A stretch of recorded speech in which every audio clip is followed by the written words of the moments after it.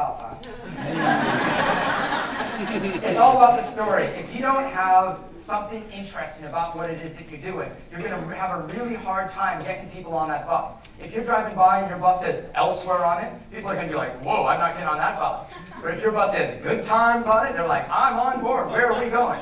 So that's the thing, and that's your pitch. You got to get them on the bus by saying, hey, we're doing this crazy adventure race around Canada to win some money, and you raise some money, and we'll acknowledge you, and you're going to be a star amongst your friends. Or look at this, you put in enough reviews, and all of a sudden you're going to have a little special badge by your thing. Check in here, and you get a badge. My new favorite social app is called Untapped. It's like Foursquare, except forget all that other crap. It's just about beer.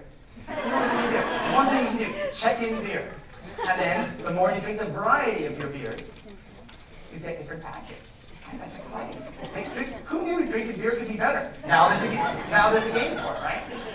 But it's an interesting story because each of these little points are putting out there. It's like, I'm having this beer at this place. So it starts to tell these little bits and pieces of the story. For your big, broad brushstroke story that you're out there telling, you need to be able to tell this very distinctly and have it tell it in such a way that other people can repeat this very easily. This means this kind of comes in two directions. Both, it's got to be a clear, concise message, and you have to give them resources in order to go tell your story. It's amazing to me that companies are so protective about their logos.